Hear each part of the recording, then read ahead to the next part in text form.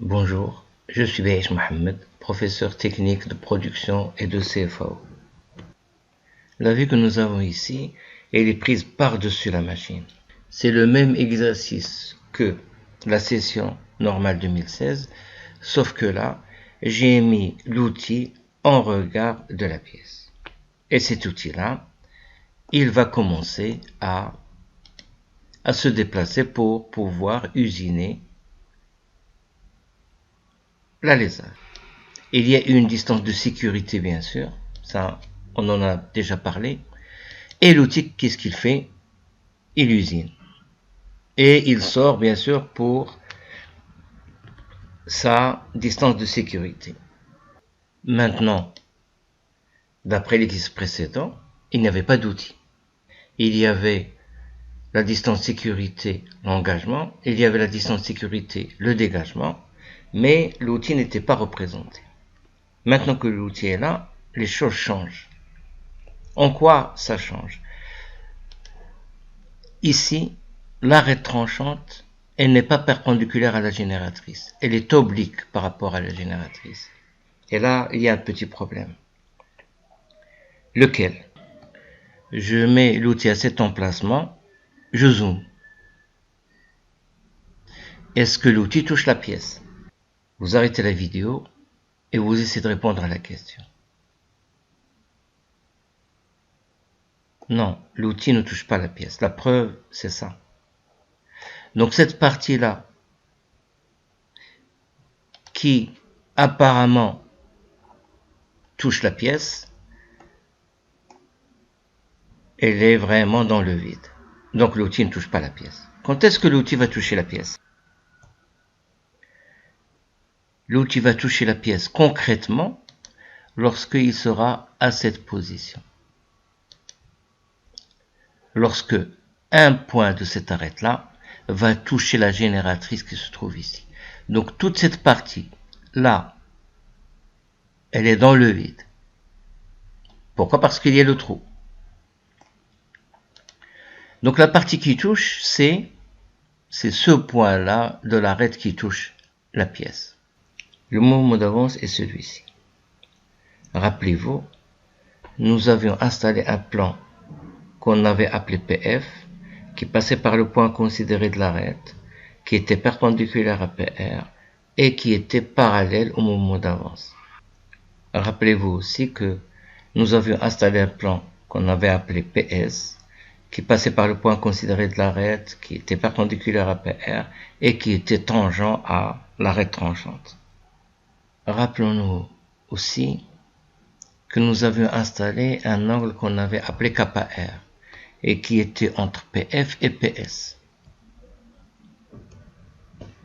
Remarquons aussi que ce point-là, il est éloigné du début de l'usinage, donc de la génératrice, d'une distance X qu'il va falloir calculer. Remarquez bien qu'ici, j'ai tracé un triangle rectangle. Là, il y a un côté, un deuxième côté qui est PS, et un troisième côté qui est celui-ci. Remarquons aussi que ce côté-ci, il est parallèle au plan PF. Et de ce fait, je peux dire que cet angle-là, c'est KR. Ce côté-là, parallèle au plan PF. Ce plan-là, c'est PS. Donc l'angle entre les deux, c'est KR. C'est entre le côté qui est parallèle au plan PF et PS. Les fabricants d'outils de tournage, de fraisage, etc. doivent, lors de la fabrication de ces outils-là, respecter les normes en vigueur. Donc, ils ont un cahier de charge à respecter. Là, dans le guide du technicien en productique, il y a ce qu'on appelle un récapitulatif. Des dessins, des outils de tournage, par exemple. Et là, nous avons un tableau et nous avons les dimensions avec. Par exemple, B, H.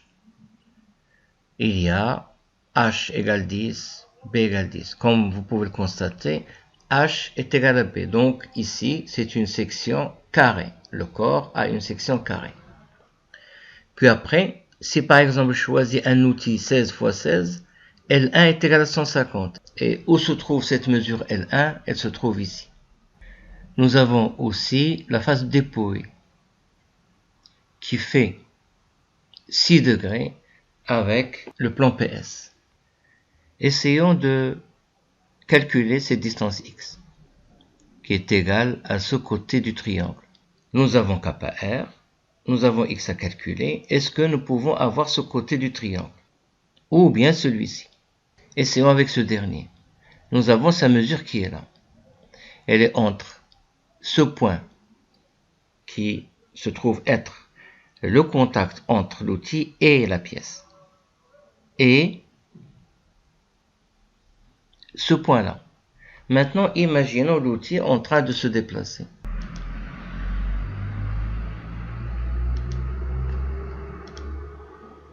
Nous cherchions quoi? Nous cherchions cette distance de là à là.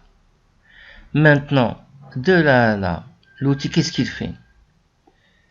Cette partie de là à là, c'est une partie qui vient d'être usinée. Et tout ce qui est à gauche de l'outil, c'est la partie brute. Donc, si je mesure ici, je vais trouver la profondeur de passe que je viens d'enlever. Donc ici, nous avons la distance X. Ici, nous avons la profondeur de passe. Nous avons l'angle. Je peux calculer X. L'outil et la pièce sont représentés dans cette vue 2D. L'outil, bien sûr, il est en contact avec la pièce. Ce qui est en rouge, c'est l'épaisseur à enlever comme c'est indiqué ici. Et cet outil-là, il doit aller de là, usiner, enlever toute cette matière-là, pour s'arrêter ici. Lorsque ce point arrive ici, l'outil n'arrive plus à usiner. Il n'y a plus d'épaisseur à enlever. Donc, l'outil, la distance qu'il parcourt,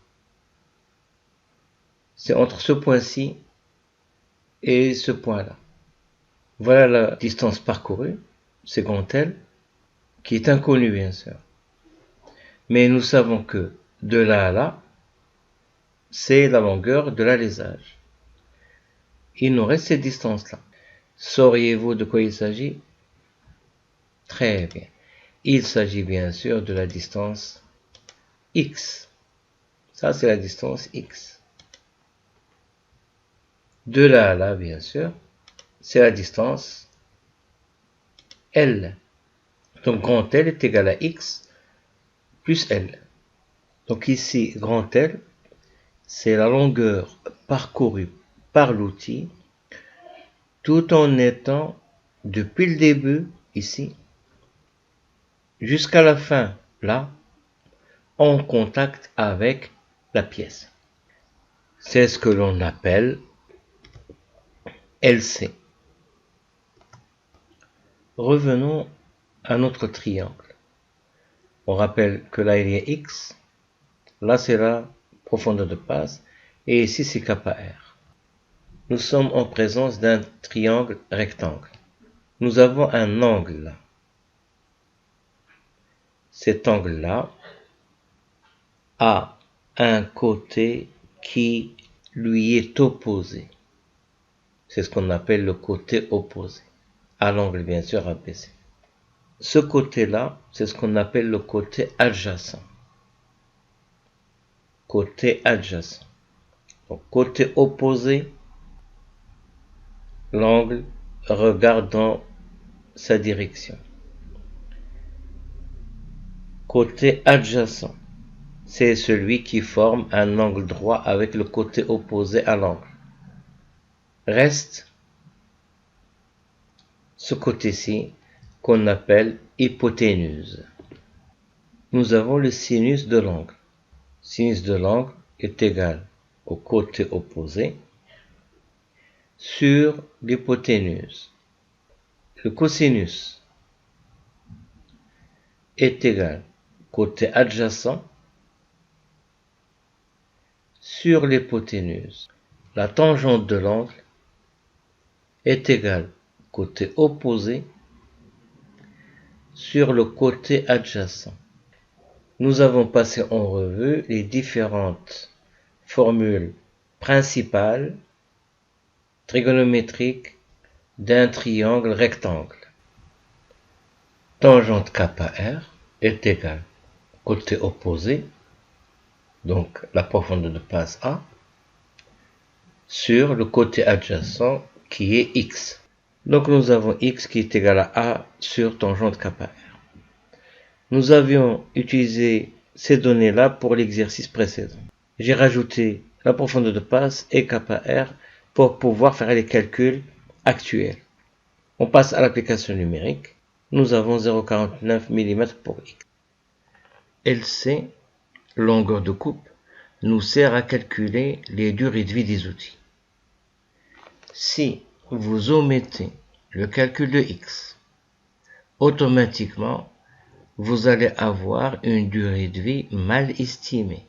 Autrement dit, vous allez calculer par exemple que pour cette série-là, il va vous falloir 20 outils pour une longueur de coupe qui est égale à 40, mais l'usure causée par le déplacement de X qui est égal à 0,5 n'est pas prise en considération. Réellement, vous aurez besoin de plus que 20 outils. Maintenant, envisageons le cas où vous n'auriez pas pris en considération X. Ça veut dire que vous avez uniquement pris LC égale à 40. Dans ce cas, vous allez acheter les 20 outils. Mais, est-ce qu'ils vont usiner toutes les pièces de la série? Obligatoirement non. Donc il vous restera quelques pièces qui ne seront pas usinées. Et par la suite, vous serez obligé d'en acheter. D'acheter des outils bien sûr. Il faut bien estimer le nombre d'outils dont on a besoin. Pour cela, il faut obligatoirement, j'insiste, il faut obligatoirement, dès qu'il y a une distance X à calculer, il faut la calculer et l'intégrer dans LC. Prenons un cas plus parlant. On va dire que KR est égal à 45 degrés. Veuillez bien faire les calculs. LC sera égal à 42. Donc, l'usure sera plus importante. L'achat d'outils supplémentaires est nécessaire. Calculons TC, le temps de coupe.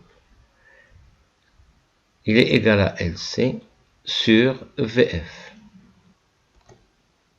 À quoi est égal VF? Nous sommes dans le cas d'un tournage, est égal à N fois F, comme pour l'exercice précédent. N égale 1000 VC sur pi D, D étant le diamètre de l'alésage. Dans l'exercice précédent, D était égal à 28. Donc vous voyez bien que, à part LC ici, les formules restent valables. Calculons L. À quoi est égal L? L est égal à LC plus, vous vous en doutez bien, plus E1 plus E2. Donc L est égal à 44,5. Le temps technologique est égal à L sur VF. C'est égal à 44,5 divisé par VF. À quoi est égal VF? Comme pour l'exercice précédent, VF est égal à F fois N. Et comme pour l'exercice précédent, N est égal à 1000 VC sur pi T. Donc vous voyez bien que les formules ne changent pas. C'est quoi qui change? C'est LC ou L. C'est tout ce qui change dans ces formules. Bien, rappelons maintenant les choses. TC, c'est pour calculer la durée de vie. LC est égal à L, la longueur de la surface usinée, plus X s'il y a lieu. S'il y a lieu, bien sûr, de calculer X. S'il n'y a pas X, donc LC sera égal à L. L maintenant, si j'ai calculé X, L sera égal à LC plus E1 plus E2. Je vous demande de finir l'exercice. Premièrement, en calculant TC et deuxièmement, en calculant TT. Merci.